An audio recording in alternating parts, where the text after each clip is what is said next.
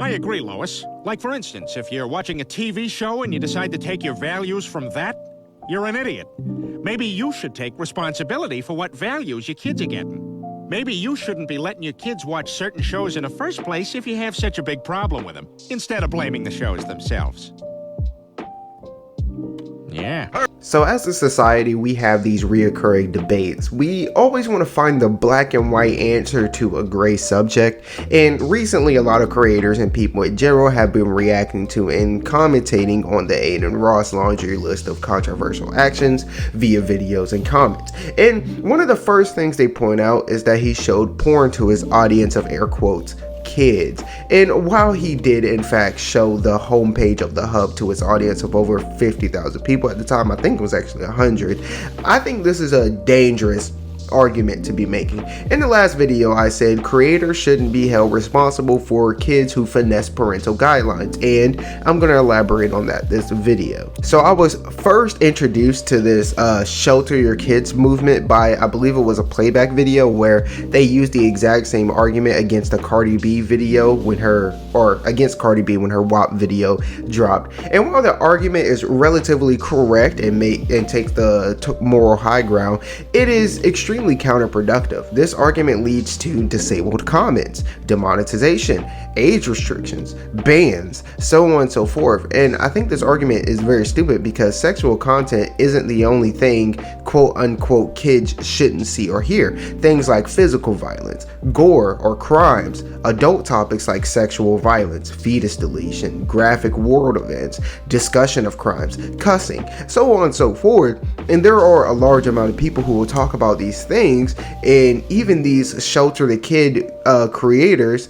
And I think it's a stupid in a level. Well, not only do I think it's stupid, I think it's also a level of hypocrisy that's unacceptable, because everyone's a hypocrite to an extent, but there are certain levels that's just, unacceptable. Because we, as 10, 11, 12-year-old boys or girls, played games like Grand Theft Auto, and as you know, those were age restricted, and you had to have a parent not just purchase it for you, but they would give them a description of the game and why it's rated M before they could even pay for it, right? And even if they didn't get it for you, a lot of people still play it via third party. It turned out fine. And when the subsection of people that got their pitchforks and protested these games, we logically called them stupid and told them gaming in moderation is fine. If your kid overindulges, try being a parent and getting them the help they need.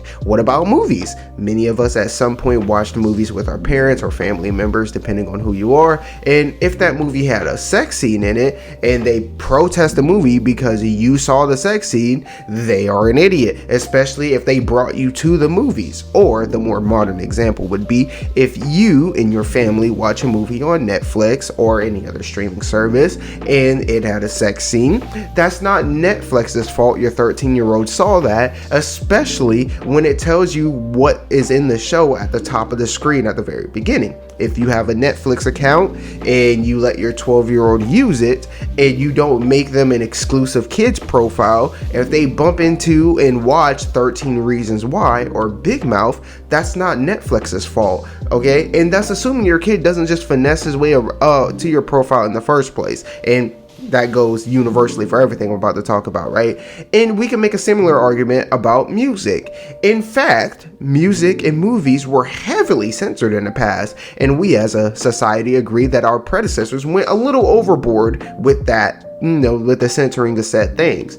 And the conversation gets endlessly deep. But here's the point. The reason I titled this What Happened to Parenting is because attacking creators on the basis that kids are watching does more harm than good, and leads to things like the momentum killer, age restriction. And you're naive if you think a younger man or lady wouldn't just make a fake account to watch said video if it got age restricted. So you're just hurting the platform and the creator. Also, as a parent, you have to understand what your kid can and can't handle. They gave me and my classmates sex ed in 6th grade. I was 11 years old, and even then the concept of sex and gore and all the other things wasn't new to me. At 11 years old, at 11 years old, GTA didn't really interest me at the time. I mean, I played it out of cousins and things of that nature, but I mean, I played other M-rated games. I got to watch Transformers and Snakes on the Plane and so on and so forth. Why? Because my parents knew I could handle it. Once your kid reaches a certain age, which is set by you as a parent or your parents if you're younger, he or she should be allowed to watch things in creators. And if he's introduced to certain subjects, you can coach them through it if you have to, or if they're curious or things of that nature. But you shouldn't let them watch it if they can't handle it in the first place. But look, if you don't think your kid, or if you think your kid can't handle certain things, then of course you should shelter them from the things they can't handle until they can. And if you fail to keep them away from it, that is on you, even though in most cases there's nothing you could do about it. Anyways, Adin Ross became infamous for doing extremely zesty things in bringing rappers on stream, rappers who make extremely aggressive music.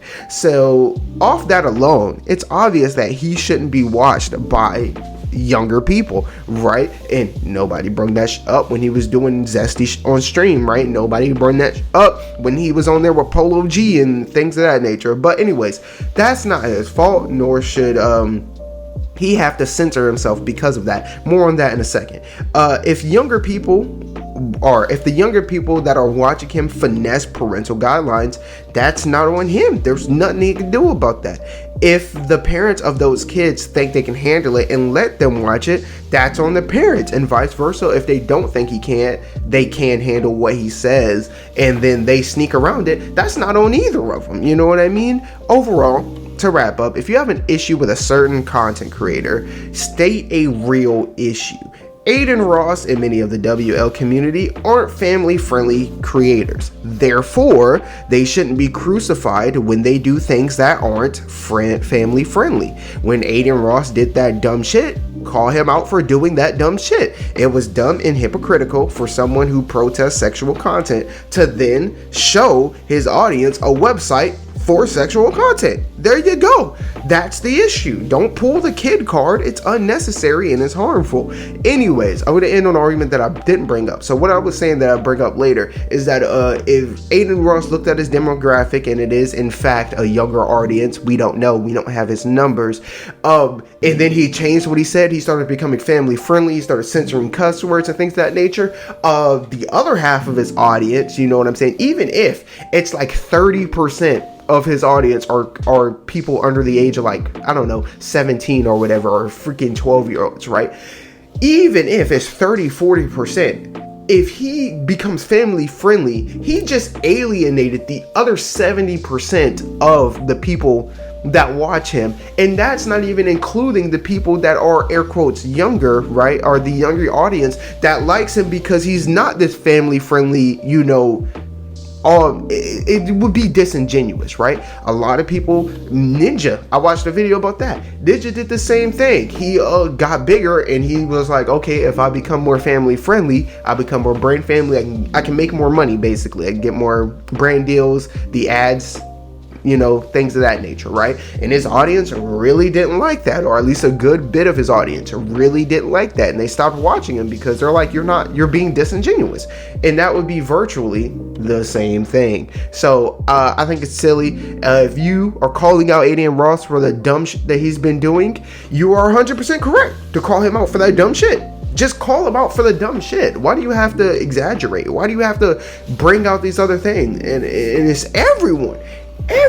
I'm just trying to get different perspectives on Adin Ross and what he's doing so I can add to my knowledge, see like, okay. But every time, so it's like, he's showing this to kids. And it's like, so are you, right? Unless you're the most family-friendly creator on the planet, you're also introducing younger audiences to things they shouldn't see. If you play God of War, especially the old ones, you're introducing them into violence, especially if you see the scene where Kratos kills Hercules. I played Dante's Inferno on here, right? I mean, I censored some of it, but I technically did the same thing. So it's just, Asmongold calls it hall monitoring. You're just being a hall monitor, bro. Just call it out what you're calling out. Don't Don't do that, okay?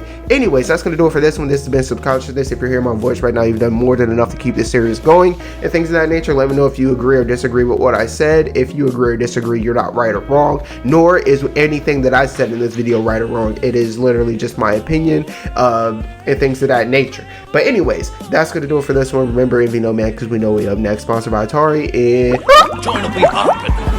The octopus said the same thing to Yoshi. It's about being patient, picking your moment. So snap out of it. You can't let a couple of losses blow you off course. You don't have to win now, just someday. Slow and steady wins the race, right? Well, it kills the octopus.